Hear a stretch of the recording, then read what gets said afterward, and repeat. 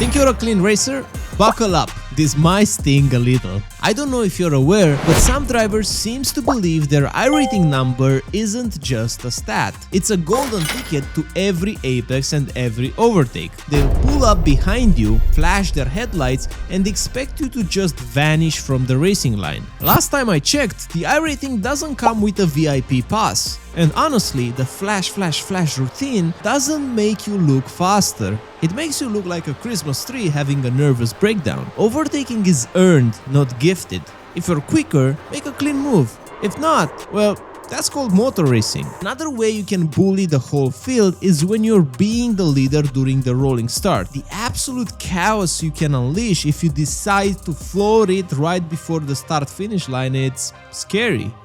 In double file prep laps, the leader has the sacred right to decide when to hit the throttle.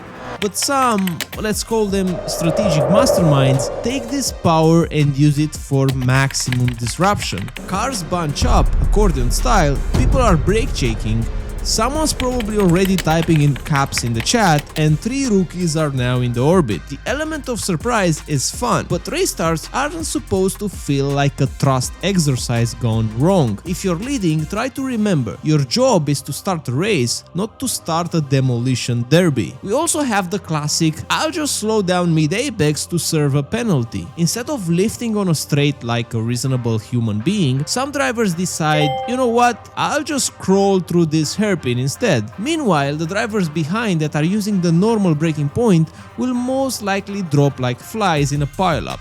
Don't be that guy.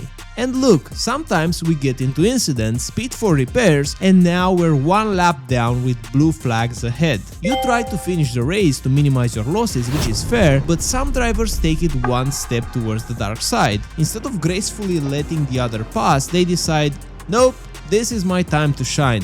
So you'll see drivers on blue flags forcing others into mistakes, defending in some cases, or giving the position mid-corner, hoping that a crash will occur and they will gain a couple of places. But if you do end up crashing, for the love of God, hold those brakes. In the chaos of spinning out, some drivers decide to let Jesus take the wheel and just roll back into the racing line like nothing ever happened. If you know there are cars around you, the chance of bringing the car back on track are minimal. That brake pedal isn't there just for decoration. Hold it down, stay put, and become a predictable obstacle. Speaking of being predictable, the same thing should be applied when overtaking. It's cool to take your opponent by surprise, but do it while respecting the track limits. Even if you're mad that the guy ahead is defending like an absolute donzo, avoid going off track to overtake, like in this footage right here.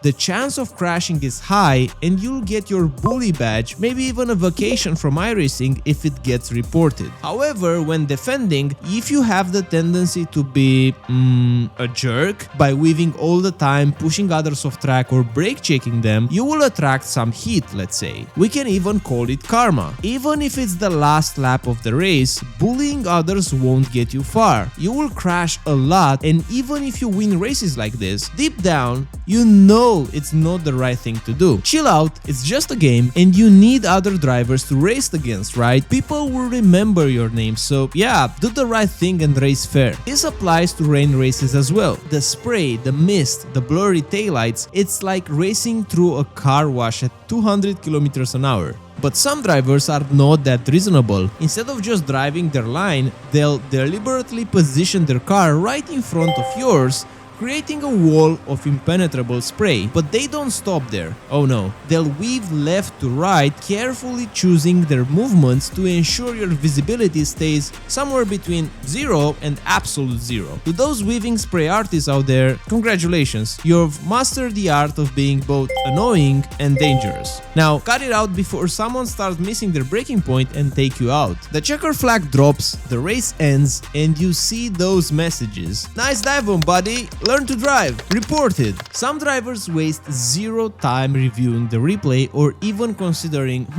maybe I was actually at fault. Nope, they go straight into keyboard warrior mode. You're better than this, and again, it gets you a bully badge, a vacation from being able to chat sometimes if you get reported, and overall, it's a bad approach. Watch the replay, take a break, see it again after some hours, and learn something from it. And finally, number 10, the most blatant sign you're a sim racing bully is abusing the voice chat. I know it's hard to believe that no one wants to hear your complaints while they're focusing on their race, especially if you're having a heated argument with someone else, but that's the truth. At that point, you're just annoying for everyone. You're better than this. And you can be even better in terms of racing technique if you check my website. There's a lot of good stuff there. Stay safe and be kind with your fellow racers.